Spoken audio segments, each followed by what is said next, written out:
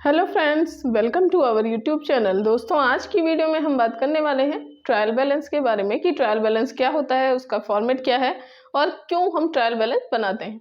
तो आइए हम देख लेते हैं सबसे पहले क्या कि ट्रायल बैलेंस क्या होता है। ट्रायल बैलेंस, ट्रायल बैलेंस को हम क्या बोलते हैं? तलपट बोलते हैं। क्या बोलते हैं? तलपट। क्या बोलते हैं? तलपट। ठीक है, ट्रायल बैलेंस को क्या बोलते हैं? हम तलपट बोलते हैं। मेनली हम ये कह सकते हैं कि ट्रायल बैलेंस में जैसे हमने लेजर्स बनाए, ठीक है, जैसे हमने क्या बनाते हैं, इसके पहले हम क्या बनाए हैं? लेजर्स। ठीक, लेजर्स बनाया, जैसे हमने एक लेजर बनाया, दो लेजर बनाया, तीसरा लेजर बनाया और चौथा, हमने कई सारे लेजर्स बनाए। ठीक है, अब लेजर बनाना तो हमें आता ही है, लेजर्स हमने सारे बना लिए। अब जो लेजर का जो मान लीजिए इसका भी कुछ डेबिट क्रेडिट अमाउंट होगा, इसका भी होगा, इसका भी होगा, इसका भी होगा। ठीक है, इन सब अमाउंट्स की जो समरी होती है, क्या समरी, ठीक है, इन सारे अकाउंट्स की जो अमाउंट आते हैं डेबिट क्रेडिट के, इनकी जो समरी होती है, ठीक है, वही हमारा क्या होता है, उसको हम ट्रायल बैलेंस में लिखते हैं। क्या लिखते हैं? कहाँ पे? ट्रायल बैलेंस में। ठीक है, ट्रायल बैलेंस उसी का बनाते हैं जो इनका डेबिट क्रेडिट अमाउंट आता है, चाहे इसलिए किसी भी लेजर का हो, चाहे इस लेजर का हो, चाहे इस लेजर का हो, चाहे कोई अदर लेजर का हो, क्योंकि लेजर्स हमारे कई सारे होते हैं। और ट्रायल बैलेंस में हम क्या करते हैं कि सबको समराइज कर लेते हैं। अब तो आइए देख लेते हैं इसका फॉर्मेट क्या होता है। कि इसका फॉर्मेट है कि सबसे पहले हम पर्टिकुलर्स बनाते हैं। क्या? पर्टिकुलर्स,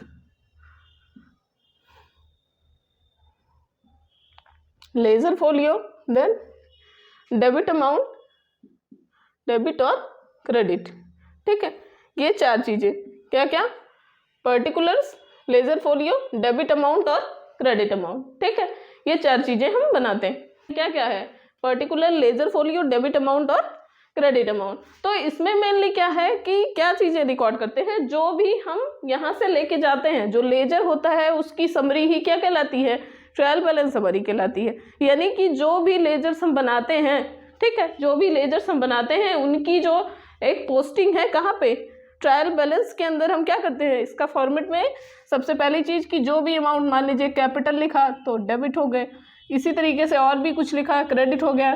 तो यानी कि जो भी हम अकाउंट्स लिखते हैं, अकाउंट्स लिखते जाते हैं और उसका अमाउंट डेबिट होता है तो डेबिट, क्रेडिट होता है तो क्रेडिट, और एट लास्ट हम टोटल ऐड करते हैं और हमारा दोनों साइड का अमाउंट इक्वल हम करते हैं। ठीक है, मेनली क्या करते हैं हम कि दोनों साइड का अमाउंट जो है ऐड करके हम क्या करते हैं? इक्वल करते हैं कि debit side equal to credit side. यानी ये कह सकते हैं कि जो भी लेजर्स होते हैं ट्रायल बैलेंस में, मेनली हम क्या करते हैं कि जितने भी हमारे लेजर्स होते हैं उन सबका क्या लिखते हैं? हम क्लोजिंग अमाउंट लिखते हैं कि इस लेजर का क्लोजिंग क्या हुआ, इस लेजर की क्लोजिंग कितनी आई, इस लेजर की क्लोजिंग कितनी आई। ठीक है, सारे लेजर्स की हम क्लोजिंग अमाउंट लिख लेते हैं। कहाँ पे? ट्रायल बैलेंस के अंदर। ठीक है, एक और चीज कि जब भी हम ट्रायल बैलेंस बनाते हैं, ठीक है, ट्रायल बैलेंस जो भी हम बनाते हैं उसमें मेनली कौन सी चीजें डेबिट होती हैं और कौन सी चीजें क्रेडिट होती हैं। तो ये इसमें तीन चीजें आपकी डेबिट होती हैं ऑलवेज। ठीक है, एक तो आपकी कैपिटल होती है। क्या होती है? कैपिटल। दूसरी आपकी रेवेन्यू होती है, ठीक है, और तीसरी चीज आपकी होती है लायबिलिटीज।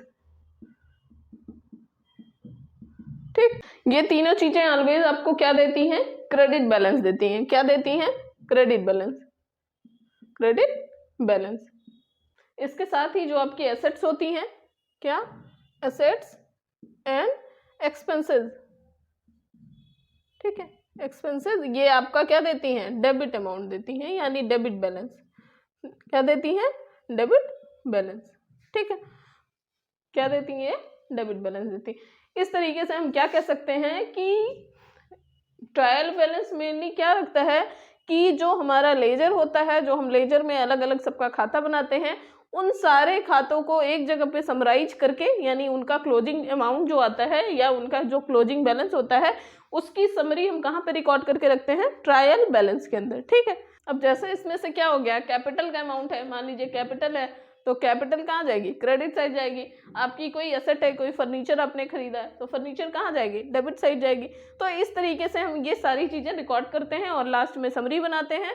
उसके बाद ही लास्ट में हम क्या करते हैं, टोटल अमाउंट को ऐड करते हैं। ठीक है, सबसे पहले हम क्या करते हैं कि जैसे कैपिटल है हमारी, तो कैपिटल क्रेडिट होती है, आपका जो भी लाइबिलिटीज़ हैं, ठीक है, वो भी हमारी क्रेडिट ही होती हैं, और जो भी हमारी एसेट है यानी संपत्तियां हैं, जैसे मान लीजिए फर्नीचर है, तो फर्नीचर हमारी क्या हो जाएगी, डेबिट साइड जाएगी। ठीक है, तो इस तरीके से हम टोटल सबको एक जगह पे समराइज कर लेते हैं, और देन हम क्या करते हैं कि उन सबको इकट्ठा करके क्या करते हैं, इनका टोटल निकालते हैं। टोटल निकालने का मतलब टोटल करके जो डेबिट और क्रेडिट का अमाउंट है वो हम इक्वल करते हैं। ठीक है, और इन केस की अगर डेबिट और क्रेडिट अमाउंट में कहीं भी कमी आती है तो हम उस पर क्या करते हैं, सस्पेंस अकाउंट भी क्रिएट करते हैं। ठीक, ये था छोटा सा कॉन्सेप्ट ट्रायल बैलेंस का। अगर इसमें से आपको कुछ भी नहीं समझ आया हो तो प्लीज़ कमेंट सेक्शन में ज़रूर बताएं। इसके साथ ही अगर आपको हमारी वीडियो पसंद आए तो प्लीज़ हमारे चैनल को लाइक एंड सब्सक्राइब करें। धन्यवाद।